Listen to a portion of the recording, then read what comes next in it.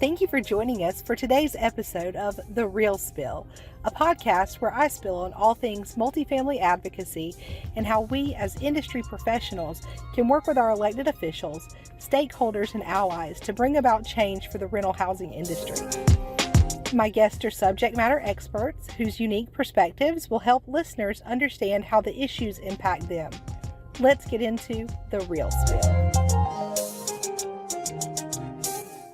Hi, everyone, and welcome to today's episode of The Real Spill here on the Multifamily Media Network.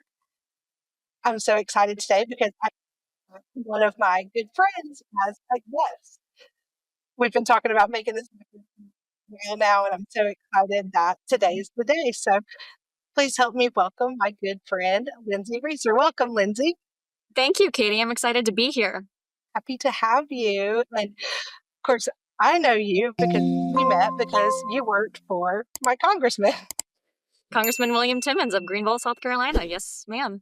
That's right. And of course, I scheduled the Hill visits for our affiliate, and we got in touch and was able to have a great meeting there in DC. It was glad to meet you and see that we had a lot in common. And of course, I know a lot about you, but could you introduce yourself for listeners and tell them about your background? Absolutely. I lived in Washington, D.C. for 10 years, worked on Capitol Hill for 6. I'm originally from a small town in Indiana, graduated college without a job and without a ring. So I bought a one-way ticket to Washington, D.C., and I made it work. Working on Capitol Hill is unlike any industry. You form incredible bonds with your coworkers because you have the same political, for the most part, religious beliefs. So it's very easy to get close to your coworkers very quickly. I scheduled for Congressman G.T. Thompson from Pennsylvania and Congressman William Timmons from South Carolina. I worked on the Hill for 6 years, like I said, and then the pandemic hit, and I made a personal decision to leave DC because I felt the city was no longer safe for women. I would grocery shop before work in the morning because I didn't feel safe grocery shopping after dark because of all the homeless people sitting outside. So I've been in Charlotte for about 3 years now and currently working for U.S. Senator Ted Budd as a regional director for the Charlotte area. And I want to say that I do not speak on behalf of the senator or on behalf of our office. Everything that I'm saying is my personal beliefs about my political background. Awesome. I was going to say, we've got to get that disclaimer out there. You working in politics and me working for a law firm, we are very well versed in the views and opinions expressed here are not those of our employers. They are of us as women and as friends and who exist in the same space working with politicians and lawmakers and legislation and all the fun stuff. And that's what's so unique about politics. What I enjoy is that you're playing chess, not checkers. The winning strategy, at least on the House side, every 2 years is going to have to change. What we were advocating for in 2022, which was still very much the height of the pandemic in Washington, D.C., I was still wearing a mask at a concert, is completely different from what House members are going to be advocating for in 2026. So I enjoy that it's constantly changing, it's constantly evolving, and you have to come up with new ideas to stay afloat. It keeps your brain sharp. You're always strategizing. That whole chestnut checkers thing comes into play. And some members are really good, and some members are just, they fall flat. And honestly, it really comes back to your staff. You're only as strong as your staff. There are a lot of freshman members or candidates who did not invest in strong campaign or communications directors. And it's like you need to just sit down for a day and just practice public speaking because that is really the key. I mean, a lot of times people will just hear an ad on the radio. They're not able to see you. They couldn't pick you out of a crowd. But if you can't eloquently convey your message, then you're losing voters. Oh, for sure. And of course, you were a member of Williams' team and it is, or Congressman Timmons, sorry. This is the real spill. So I'll tell you, he tells me as his constituent to call him William, but in the space I work in, it's Congressman Timmons. And I learned that too from you. Like we were in a meeting or something. It was one time when you're like, no, that's Congressman. Yes, I know. It took me a long time. He's like, "Don't call me sir. I'm not old." And it was trying to like break a habit. And then, recently someone's called me ma'am, and I'm like, "I'm not old. I'm not man." And now I'm like, I understand. Exactly, exactly. And he had a great team, just very responsive from in district to the DC team. And it makes a difference. And especially with things like passports. Like I had a friend who wanted to go out of the country. She has treatable but incurable cancer. I told him the situation. It was handled the next day. Oh, wow, that's fantastic. Yeah. Caseworkers are some of the unsung heroes of Congress. So they're not in DC, they're back in the state or the district, and they handle all the federal agencies. So IRS, Department of Transportation, immigration, and they're really doing all the behind the scenes work. They're really incredible. And a lot of them are career caseworkers. I mean, they have seen so many historic moments throughout their members' tenure. So I have nothing but respect for all of our caseworkers. And a lot of listeners may not even be aware of who does what in an office. And I just learned that from you. I didn't know that there were, I knew there was someone, I didn't know they were called caseworker. Yes, so we have caseworkers handling veterans issues. So if you know of a veteran who is not receiving their benefits or they don't know where the VA hospital is, they can reach out to a congressional office. And the nice thing about caseworkers is that for the most part, they are pretty bipartisan because their work is to help the constituents regardless of the political party. So, as I said, I work for Senator Budd and we represent all of North Carolina. It doesn't matter if you voted for us or not, we have an obligation. And really an honor to serve all of North Carolina residents. So, we also have caseworkers who handle IRS if you don't get your tax return for whatever reason. And then we also offer a great service. One of my favorite services is the Service Academy nominations. So if you know of a rising high school student who is interested in attending the Air Force, Naval, Coast Guard, or West Point, feel free to contact our office. The forms are live on our website. My brother went to the Air Force Academy, so I'm pretty biased. Oh, that's cool. I didn't know that either. See, there's a lot going on at the congressional level. And I know you love your career and you're so good at it. When did you know that you wanted to pursue a career in politics? I know I wanted to pursue a career in politics probably 2013. So I moved to DC in 2011, and then I roomed with one of my good friends, Brittany, and she was working on Capitol Hill at the time. She was scheduling for a congressman from Pennsylvania, and I knew I didn't want to settle down in DC, and I figured, I can schedule anywhere in America, but I want to be in the heartbeat of Washington, DC while I'm still in Washington. So it took me probably 3 years to get a job on Capitol Hill because at the time they were very competitive. I think of Capitol Hill as a country club. It's really hard to break in, but once you're in, you're in. It's almost like an unspoken language. Well, it is its own language. Every industry is its own language. There are a lot of acronyms, but once I got my foot in the door and really, really hustled, a lot of people ask me why I wanted a career in politics, and sometimes I say because I wanted my student loans paid off, which was a great perk. I wanted to be debt free by 30. Um, but it's just been a really fulfilling career. One of the highlights of my career was when I was working for Congressman Thompson from Pennsylvania, and he asked me to arrange a wreath laying ceremony at Arlington National Cemetery for constituents whose brother's plane was shot down in Vietnam. And it was the 50-year anniversary of him being declared missing in action. So the other men in the, I can't remember if it was a plane or helicopter, but the other men's bodies were found. So they were declared deceased and he was missing in action. So it was for an older man who had two sons, and these sons never got to meet their uncle who was a veteran. So it was just this beautiful November day, just blue, clear skies. And that was definitely one of the highlights of my career. Oh, that's so special. And you wouldn't think that like a member of a congressional office would be able to pull that off. Like that there would be like Veterans Affairs. Is that the part that does that, or that moving arm, or just Yes. So Arlington is run through the Army, and they have an entire legislative affairs team, and they are extremely efficient and they are extremely busy. But it was a very fulfilling moment. and I've never been to Arlington while we were in DC, but I know I think I'm going to put it on my list. Okay, so I told you this. I'm going to go twice next year. Yep, You we've could go just once joined. and just play tourist. I mean, there's Oh there's yeah, so much to see. that's what I'm thinking. We're going as part of the NARPM conference, so I'll be there in February. It's going to be cold, isn't it? It's going to be. Yes, ma'am, it will. thinking I'm going to have to pack like a carry-on just for my heavy coat. Mhm. Yeah, but I would like to go there. I don't know if I've ever shared this. I have a friend from high school. I highly doubt that she listens, but if she does, hello, KK. She lost her husband. Yeah, he was a special forces Green Beret, and he was on a mission, and they participated in camps every year for a long time. And I've seen her pictures, and so I'd like to go see where her husband is laid to rest there. So, You should. That'll be really meaningful. oh yeah, looking forward to doing that and seeing some more of the sites next year. We didn't this year; it was too cold.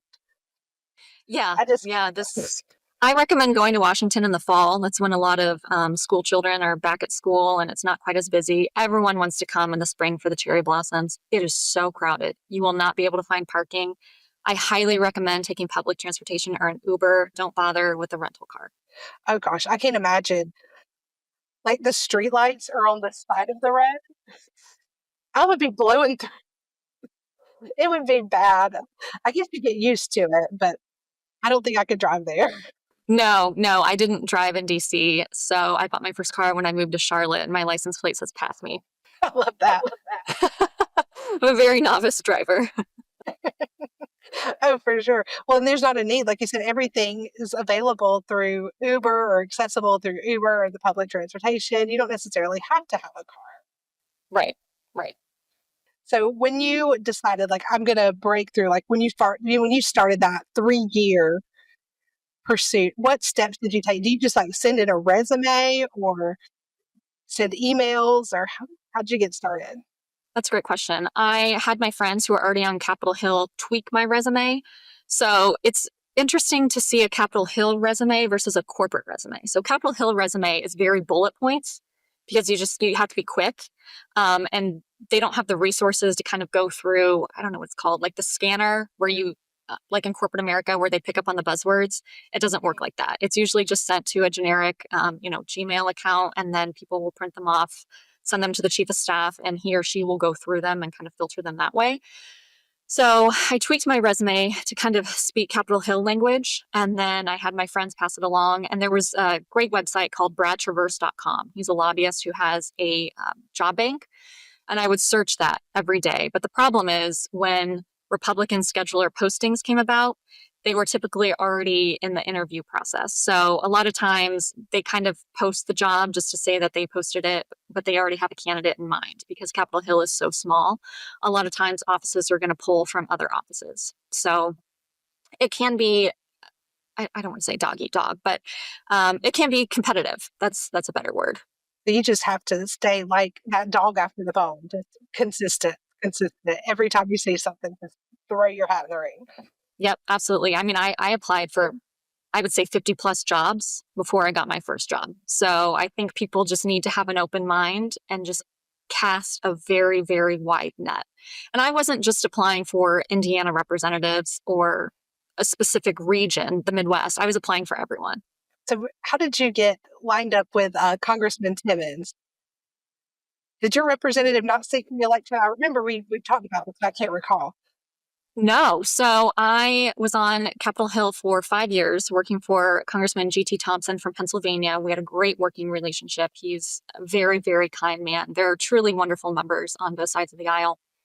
And then the pandemic hit, and I just had to get out of DC. I wanted to move somewhere with a lower cost of living. So I told my office that I was moving, and they said, okay, you can't really live in North Carolina and work in Washington, DC. So um, Congressman Timmons' office was looking for a scheduler. So Charlotte is obviously close to Greenville. So I was able to kind of make it work. Awesome.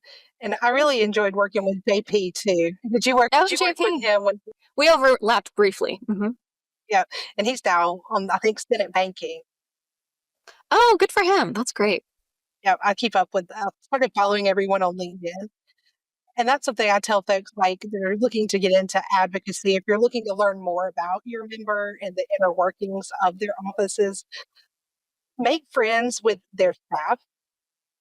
It's, in Christianity, we say you go to the Father to get to the Son. or the son to get to the father. And that's the same thing as far as your member. If you create a good relationship with those that are in the office, a lot of times if there's like an in district event, you'll get a text like, hey, we're holding this particular event. Would you like to come? And it's just an opportunity for FaceTime. Absolutely. And it goes back to what I was saying earlier of play chess and not checkers.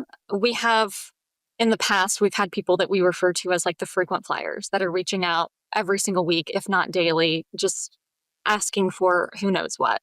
And as an office, I mean, we would get hundreds of requests a day, and it's impossible to fulfill all of them in a timely manner. So when you do reach out to a representative or senator, just be very mindful of how frequently you're reaching out. Not that you shouldn't utilize their services. If you're trapped in a foreign country and you need a passport, obviously reach out to our office. That's what we're there for. But for more of like the personal requests, I mean, a lot of it can just be done on your own. We use the same Google that every other American has access to. So that's something that I would definitely keep in mind is don't burn a bridge in terms of frequently reaching out. I definitely keep in contact with my former bosses. I'll reach out to them maybe twice a year because I know how busy they are. And I will always look at the calendar before I text them. I try to text them after hours, or I try to text them on recess days when I know they're not being bombarded and sitting in a hearing and, getting ready to ask the witness a question. So definitely be very mindful of their calendars when you're reaching out for a request. Yeah, and a lot of people don't even think about that. Like they're busy, like they're day to day. And having been to DC for lobby days for many years now, you could be having a conversation and that bell rings. It's, thank you for coming in. God bless you. Good night. Yes, exactly. And something else I would definitely recommend if you do line up a meeting with a representative is to be very concise. Have your ask within 5 minutes. I know working for Southern members, they like to do the small talk for the 10, 15 minutes, and that's fine. But exactly to your point, votes could get called and the member has to go. So make sure that you are prepared to have your ask within a 5-minute conversation. And the amount of asks like you talked about that are coming through the office on a daily basis, like it's going to get lost in the fray if you don't get to the point. Correct. And to thank them too, like every now and again, I'll just reach out and say, I'll see something that the member has done, and say, thank you for taking this action. Appreciate it. And I've adopted the mantra, work until you don't have to introduce yourself. That's great. And so you make enough contact normally with the staff. Of course, you know the member, but you are at an event and maybe you've made an ask, which this has happened to me before. And I go in, I don't talk about that ask. I already made it. The next day, I'm on Congress.gov. I get an alert because I signed up for bill tracking.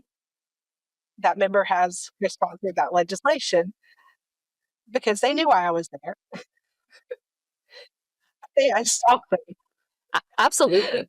No, absolutely. I mean, you have to be consistent. And to your point, they're being pulled in 10 different directions every hour. I remember when I scheduled near the end of my time with the congressman, he was ranking member for the House Agriculture Committee. Now he's the chairman. So my workload was greatly increasing because his notoriety was increasing. And so I was scheduling 15-minute meetings by the end. You do that from 1 p.m. to 6 p.m. That's a lot of meetings. You do that 4 days a week. So they don't necessarily have the bandwidth to remember everyone. So to your point, like consistency and just redundancy is key. I also want to make or give a piece of advice about starting out on Capitol Hill. One of the best pieces of advice I received was, if you ask for a job, you'll get advice. If you ask for advice, you'll get a job. So when you're starting out your career, whether fresh out of college or transitioning into politics, I definitely recommend getting coffees with a variety of people on both sides of the aisle, House and Senate, state, federal, local, whatever that may be, and just asking, where are, Democrat jobs posted? Where are Republican jobs posted? How can I really get a career in this field? And when people hear that you don't expect something from them, they're more likely to help you. For the most part, people want to help you. It makes them feel good because they were once in that situation. I was once in that situation. So if you go into a meeting saying, I want to work for Senator Ted Budd, how can you make that happen? all of a sudden I'm resistant and it just comes across as too pushy. So I think leading job seeking conversations with humility and just saying, hey, how can I get my foot in the door? Do you have any advice on where jobs are posted? Or if you hear of anything that's coming up, you're most likely going to get better result. Yeah, that's great advice. And to your point, we have people that are just entering the workforce, and we have people that are retiring. I mean, it's a constant cycle.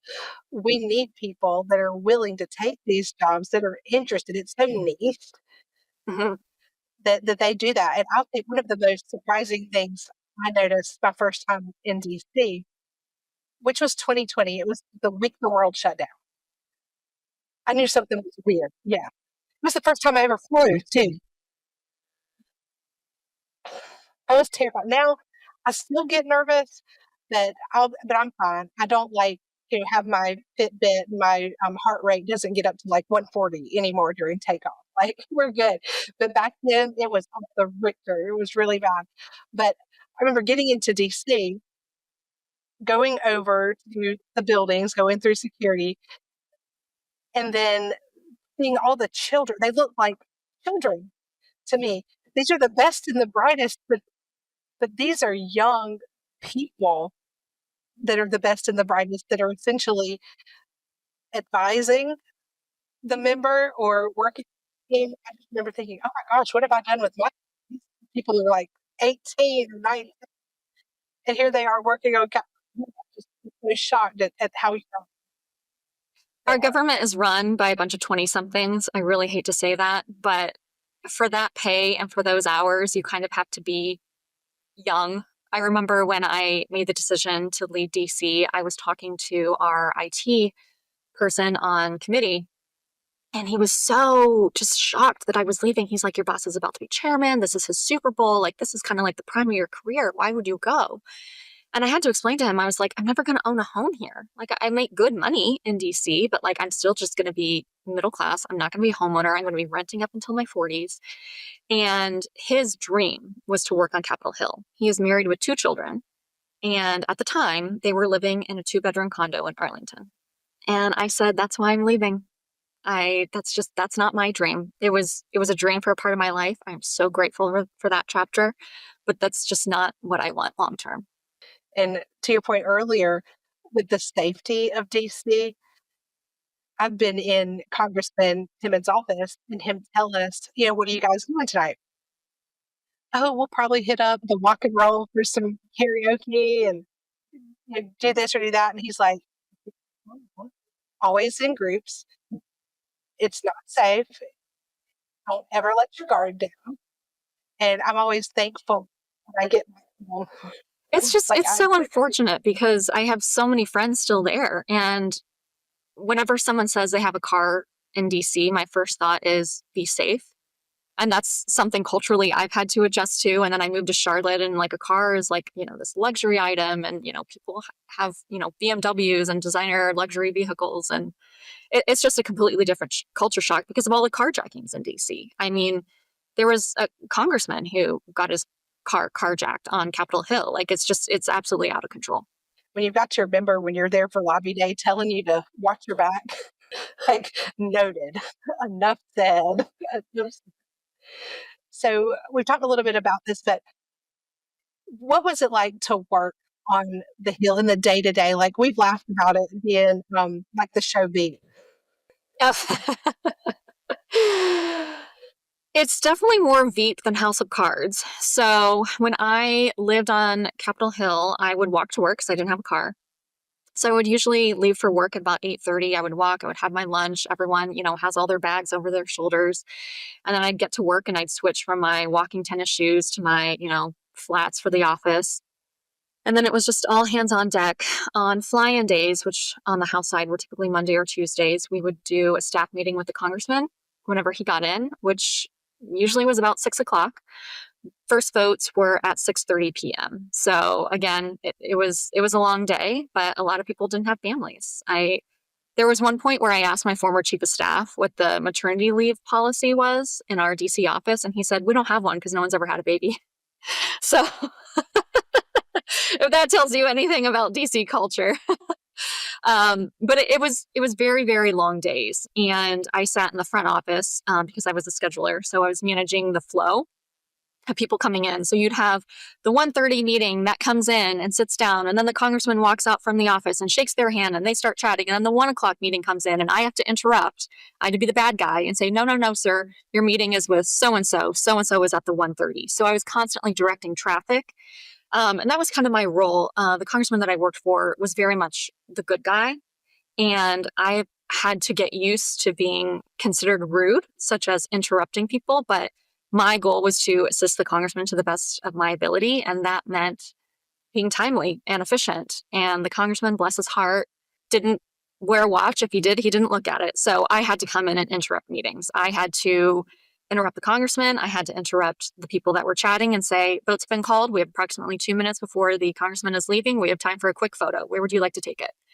And that was my spiel, but it was really rewarding work. And the majority of my friends worked on Capitol Hill. So we could all kind of vent and just understand each other's woes. And what a lot of people don't realize is that the majority of members get along with the majority of members. It's just like having colleagues on opposite end of the aisle in any other industry. You're going to bump into them in the hallway and you're going to say, oh, happy anniversary or congratulations on the new grandchild. And then you're going to go down to the floor and vote yay or nay. And that's just the workplace.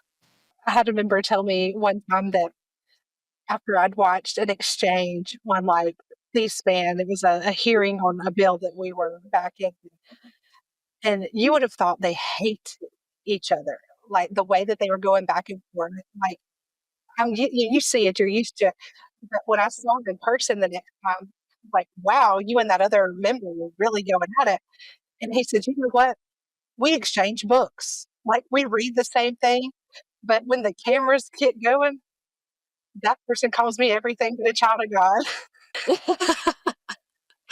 And that's what people don't understand is like you have to understand with the House side specifically, you're constantly campaigning. You're never stopping. So you kind of have to give the media and your constituents what they want. And they want to see you going hard on the other side. When in fact, the majority of members, well, I should say this, but they hold the elevator. They're polite. They say hello. They acknowledge people of the opposite political party in the hallway. That's what I've experienced. Again, I left Capitol Hill living in DC in 2022, so maybe it's heightened since then. But from what I saw, the majority of members got along with the majority of members. I think listeners will be refreshed to hear that too, because they all have the same. The more I work on both sides with housing policy, we all generally want the same thing. It's just how to get there. The devil's in the details. So to speak.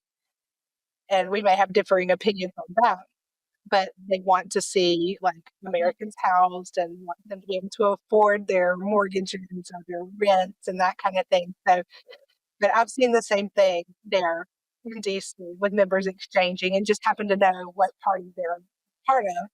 And some of it's, I guess, pomp and circumstance for the media or for the TV. So, hey, I'm giving them what they want. Right. Really, and like, really, especially if members are in the same delegation or on the same committees and they travel together, they, for the most part, have pretty positive working relationships. and what was your favorite part about life? Was it the hustle and bustle or was it like dining? Because you've given me some great recommendations on restaurants there. What was my favorite part? I would say probably the hustle and bustle, the day to day. Christmas in DC is always fun because you have all the Christmas receptions and you have all the parties and the National Christmas tree lighting. I remember one year my family came for Thanksgiving and I took them to see A Christmas Carol at Ford's Theater.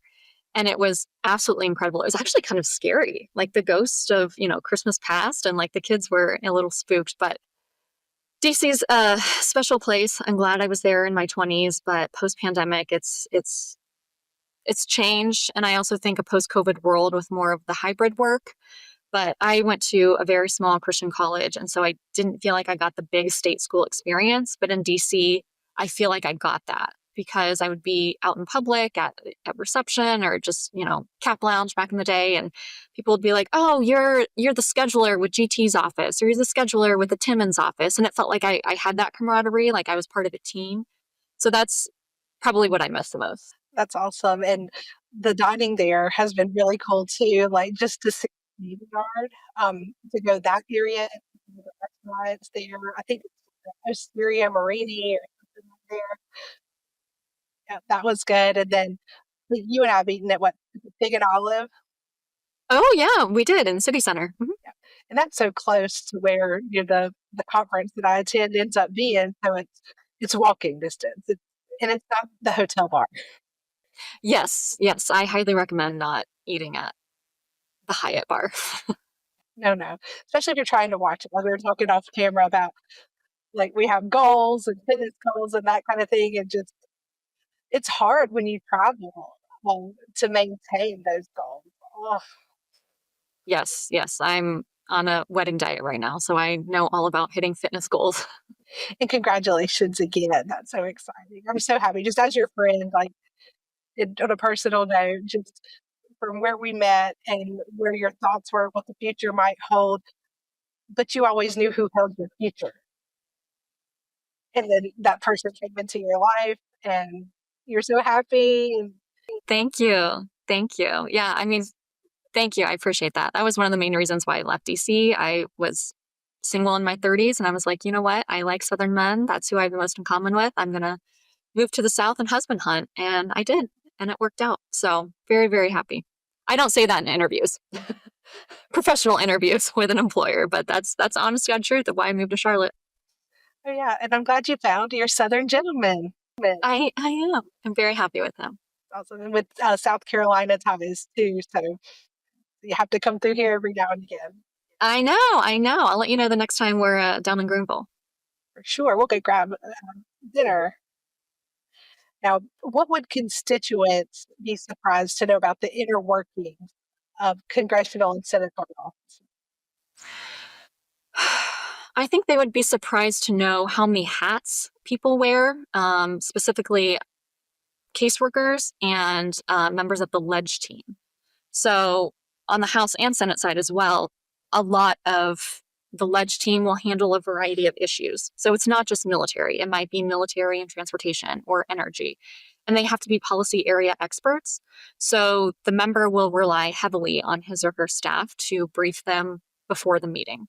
So it's not just, oh, a meeting appears on my calendar, I can just wing it. It's like, no, I need to see if the member has met with them previously. What was their ask before? What's going on in that region? What bills are related to them that we co sponsor, or what bills do we not co sponsor that's related to their ask? So there's a lot of research that goes into each and every meeting. It's not just, oh, we can play this by ear. And so I don't feel so bad for reaching out like so far ahead of time of a meeting. No, no, please do. Please do. I think a good number is to reach out. I would say 6 to 8 weeks, depending on the office. But as a former scheduler, that's kind of the timeline I would give. That's good to know because, as you know, have been scheduling for all seven representatives for South Carolina's delegation in both Senate offices. And I like to get it done a little bit ahead of time. And I'll give Donald a little bit of a heck right now. He doesn't. So if he knows that about himself, and I learned this year too.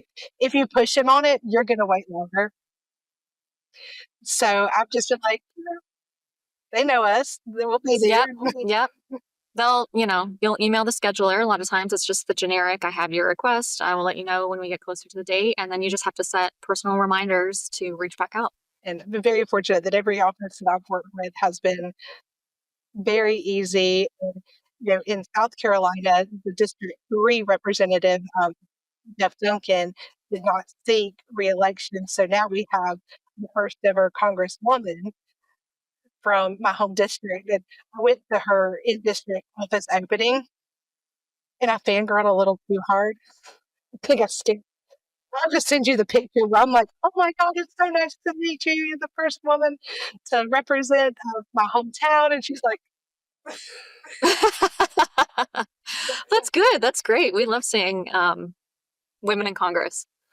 oh yeah, for sure. Because we lost a lot in South Carolina on the Senate side. We lost a lot of our South Carolina female senators in this last election cycle. So it's cool to have a representative in DC that's a woman, and um, just in another life, I think you know this about me, I would probably be running for something. I say never say never. I get asked that question occasionally, and never say never. We recently did a sermon series at church about Jonah, and I think if someone were to pitch me to run, I would say no, absolutely not. But we have to understand that God doesn't call the equipped, he equips the called. So you never know. It could just be a question mark. You never know what's going to happen. That's right. That's right. I'll have to keep my options in mind. You should. You absolutely should. Now, what was the most fulfilling aspect of working in politics? Most fulfilling would be constituents who were genuinely grateful for the work that we were doing. I feel like there were two types of constituents that walked through the door. There were those who felt like you were their staff and they were very demanding. And then there were those who had probably never been to Washington, D.C. before. And they were just, like you were saying, they were fangirling. They were just so excited. I loved having constituents come in after Capitol tour on a recess day when the congressman wasn't there, and they would go into his office and we would let the children sit in the congressman's chair for a photo. And we would always joke, oh, if you're going to sit in the congressman's desk, you have to clean the desk because he had just stacks of papers from all his meetings for the week. But I remember we had the winner of a congressional art competition come in, and it was a family that had just grown up kind of rougher. But they were so grateful. I mean, they probably said thank you 20 times. And I was like, this is what we're doing. Like their daughter won an art competition and they're going to Washington, D.C. for the first time in their life. Like this is a big deal for them. You know, we're just hanging up her picture on a wall. That's pretty low ask for us. That's pretty simple for us. But for them, like they made the local paper. This is a big deal. So just having moments where you can just make someone feel really, really good was probably the most fulfilling part of the job. And that's something that they'll remember for their entire life. That's something they tell their grandchildren about. Yeah. Yeah, absolutely. And now, what did you find to be the most challenging? Was it having to go in and interrupt? Like, I'm so sorry. This isn't your 1:30. This is your 1 o'clock. You got 2 minutes. You got 2 minutes. That was definitely challenging, time management. I had probably 5 different forms of communication happening all at once. So we had the TV on, C-SPAN. So I'm sitting in an office, checking my email. I am checking my work phone.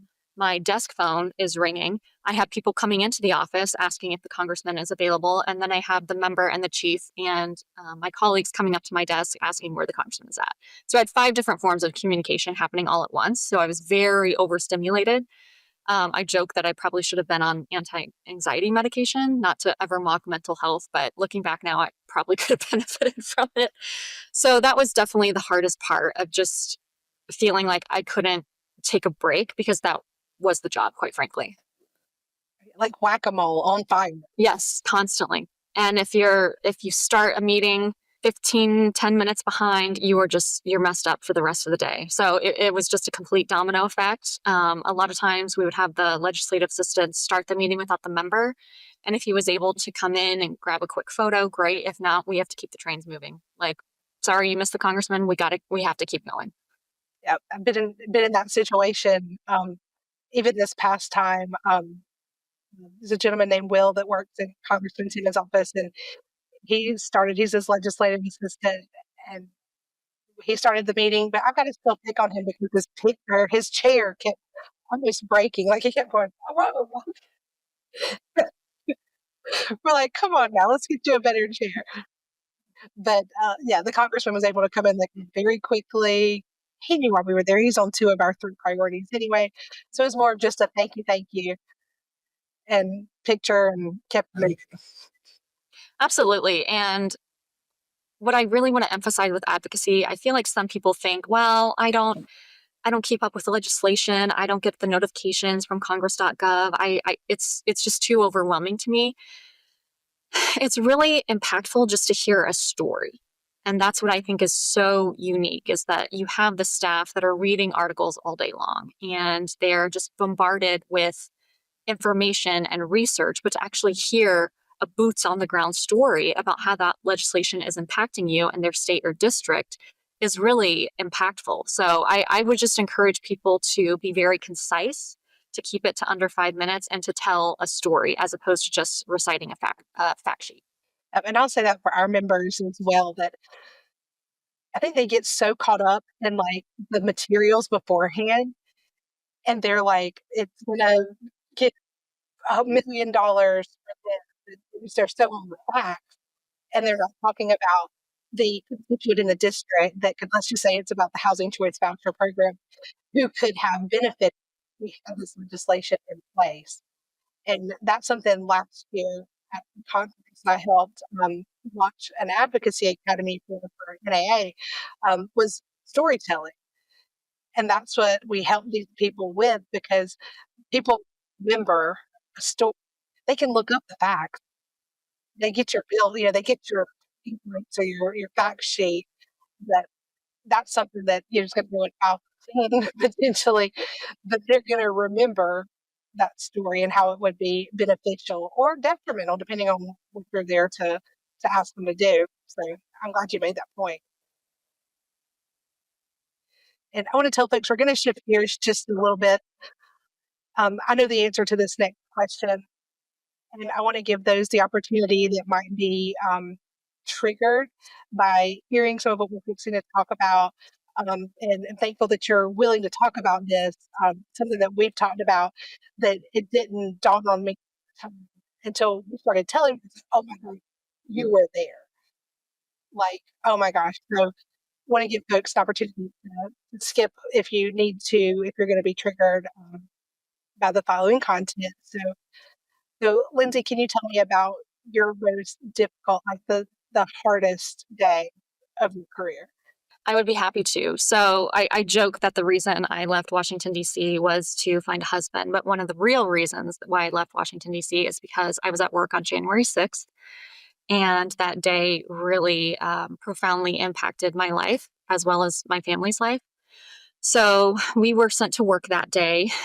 We were on a skeleton crew. So 4 out of 8 of us were in the office. My chief of staff was not in the office.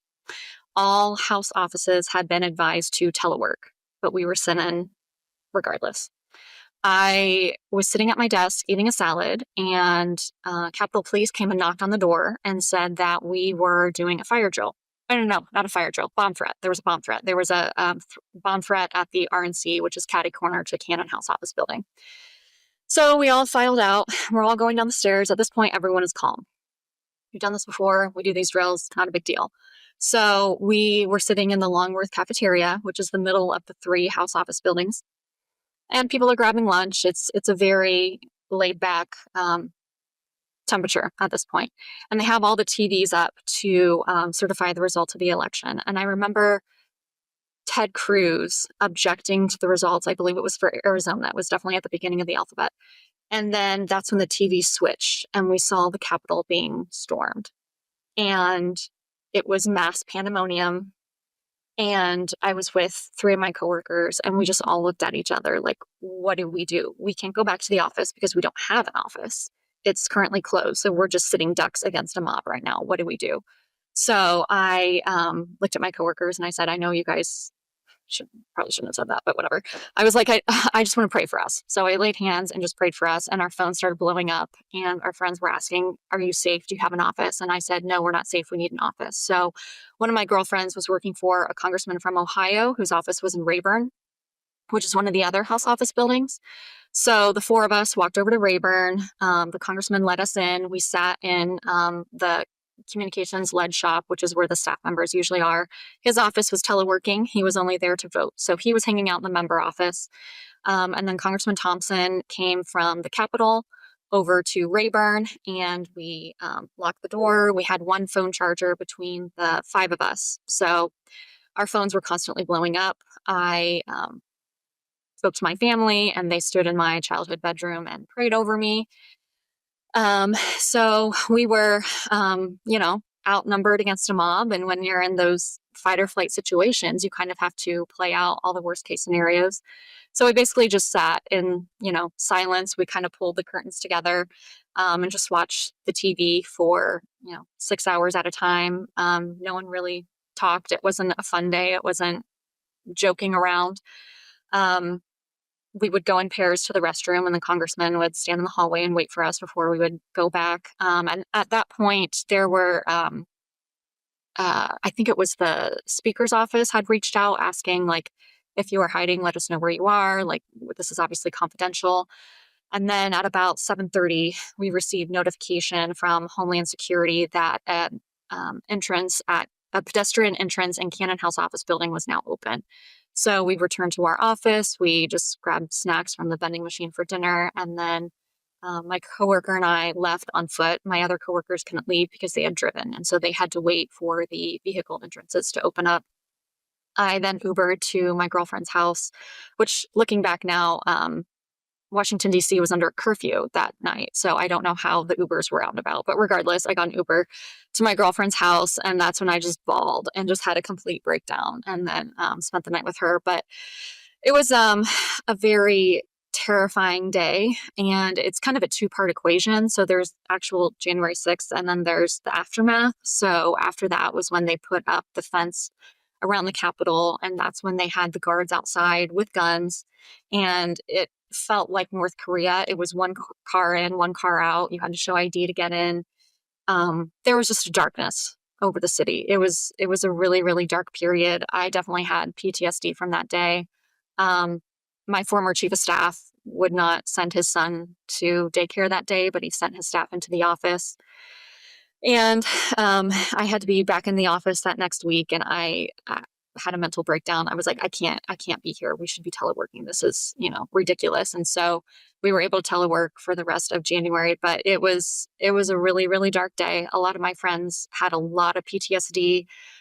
We were under lockdown, so we couldn't leave. I've heard that from other people of, why didn't you just leave? Why didn't you just walk out? And when you're in that situation, that's not even, that doesn't even cross your mind. It's like, of course we're going into lockdown. We practice these drills all the time. So I have a lot of empathy for Capitol police officers. They are really doing the Lord's work. And unfortunately, there were some officers who took their lives afterwards. And I think it's so terrible. A lot of people don't understand how I could be a Republican after that day, because it's, Republicans that stormed the Capitol, and you should be questioning your party.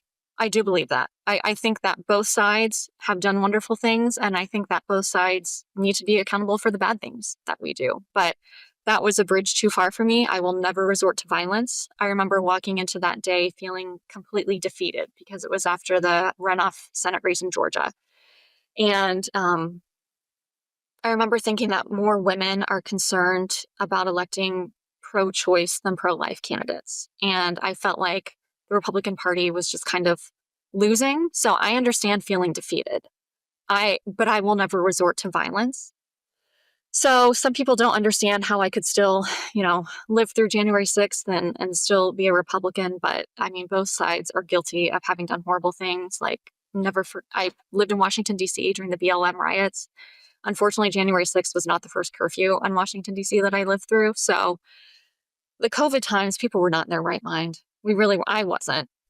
So I think mental health is a huge factor. I think social media is a huge factor. I think if more people spent more time away from their phones and just having polite discourse with people of the opposite side of the aisle, I think we could definitely avoid those events again. But that was a very, very dark day for my family. And, I'm from a military family. My brother's been deployed 3 times, but my mom will tell you that that was one of the most terrifying days in her life, because my brother's trained. He's prepared. He has weapons. We didn't have any of that. I mean, we were sitting ducks. We didn't know if the mob had maps. We didn't know if they had weapons. We didn't know if they'd been targeting certain members. So it was a really heavy day in our nation's history. And I challenge us as Republicans and as Americans to do better. I can't imagine what that was like. And then the conversation we were having one day, and I was like, oh my God, you were there. Like, and the amount of therapy I'm sure that a lot of people had to go through. Like, I mean, even going into like crowded areas, like just or concert or something where there was a possibility that a mass of people could turn one way, and then you're a sitting duck. Oh, Exactly, exactly. I have a great therapist. Happy to recommend Dr. Murphy. But every now and then a little PTSD will creep up, but not what it was. But again, I think a lot of it was related to the pandemic, people just not being in their right mind, a lot of misinformation going around. And I think everyone is, from what I have seen, I think a lot of people are burnt out about the discourse and the fighting. I think a lot of people would rather just not talk about it. I'm so used to Washington, D.C., where you associate yourself by who you work for. And right off the bat, you know if someone's a Republican or a Democrat. Whereas, at least in Charlotte, it feels almost Victorian, where people don't want to talk about who they're voting for. They're going to go into the polls, they're going to vote, and that's it.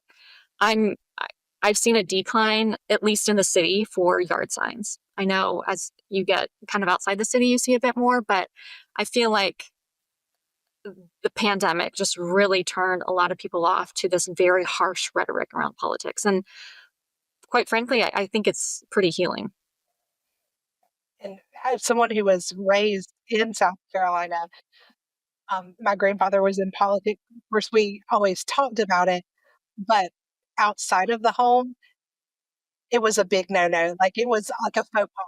Like, you do not like, it's like asking a woman when she's due if you don't know if she's pregnant. Like, it was bad like that. You just like, you just don't do it. And it seems like times were a little, more simple back then when before you had the social media and all the other, influences that are out there that sometimes cause things to come to a fever pitch that would not have otherwise. And and I've seen politics divide friendships. People like, if you voted for this person, delete me. If you voted for that person, delete me. And it's like, oh my gosh, people are very, very serious about their stance in a lot of ways. And I think we saw that just overflow into the Capitol. And for those who haven't been here, those buildings that you were talking about, Cannon House, Longworth, Rayburn, they all feed into the Capitol. So if they're getting into the Capitol, there are tunnels and there are ways very quickly, if they knew where they were going, could and get over into the offices that are stored in the Capitol. There's, if you've been there, oh my God, like, I know exactly where you're talking about. I've eaten in that cafeteria, and you're like, what do you do? And just have no other choice. That thank God for family back home praying and putting that hedge around you guys. And just as your friend, I'm glad you got out of DC and made it down here where you can have that dream of having a home one day and that you can afford.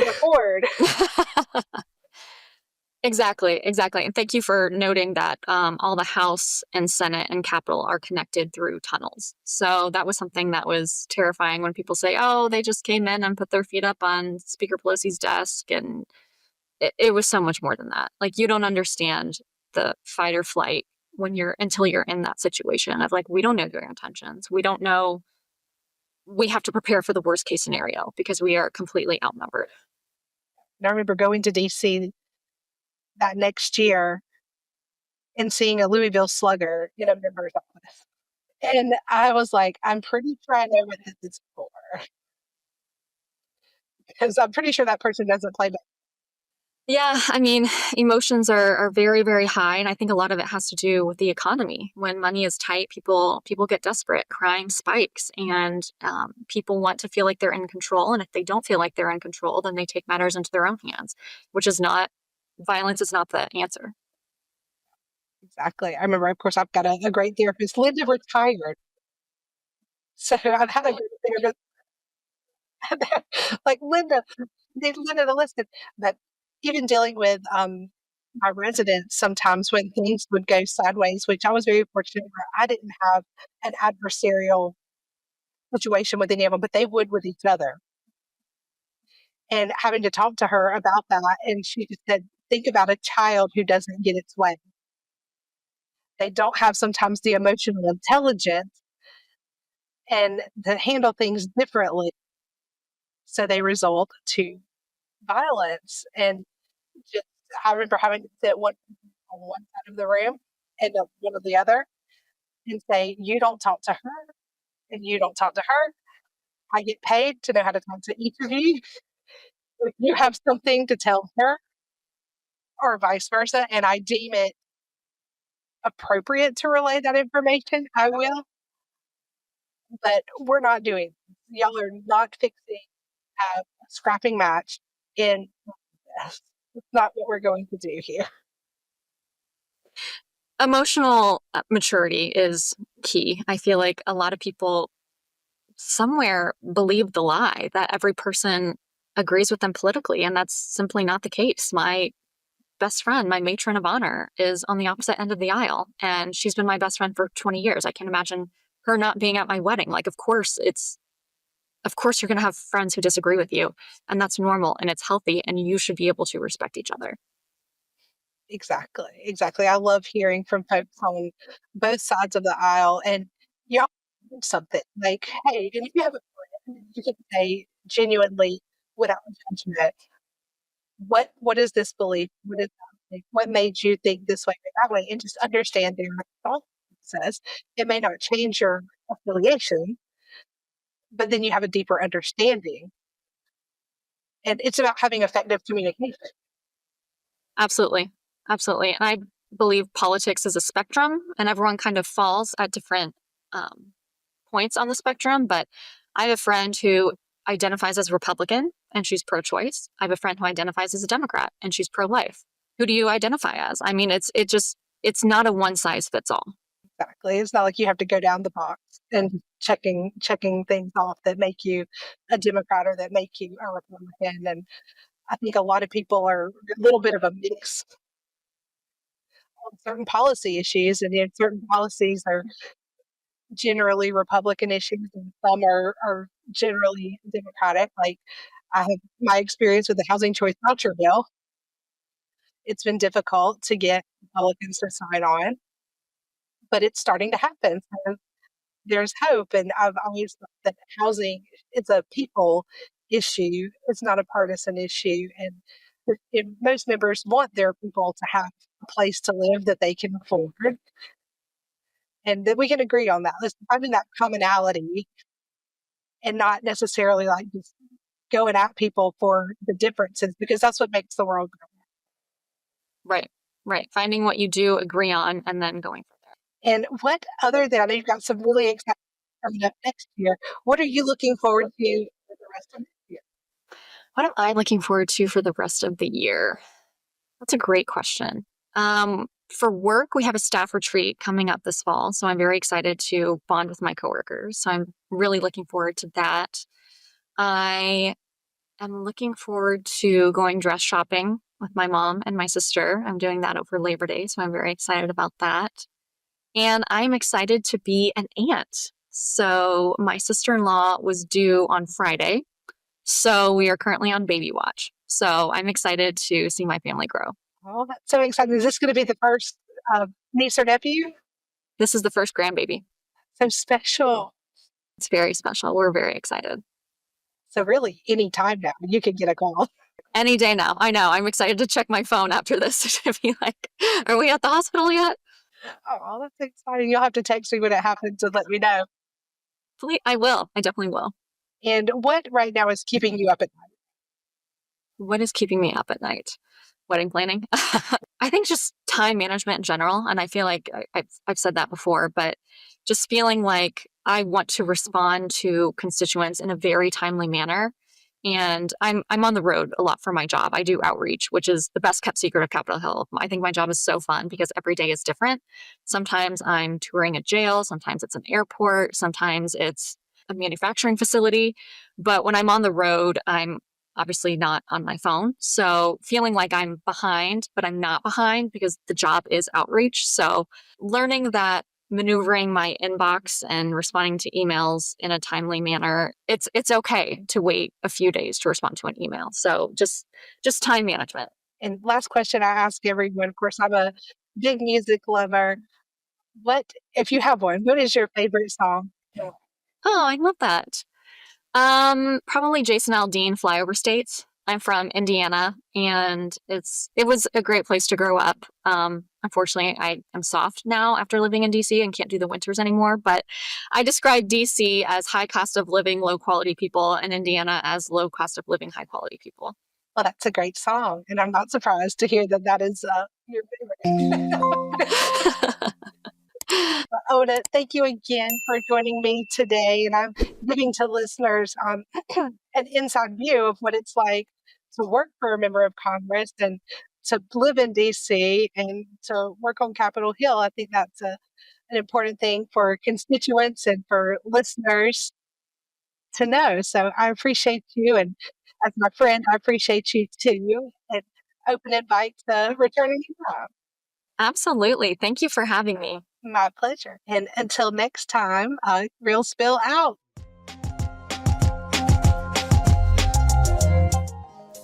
And that's a wrap on today's episode of The Real Spill, a podcast where I spill on all things multifamily advocacy and how we as industry professionals can work together with our elected officials, stakeholders, and allies to bring about change for the rental housing industry. Thank you for joining me. I hope you've learned something new. Now, go be a voice. Until next time, Spills out.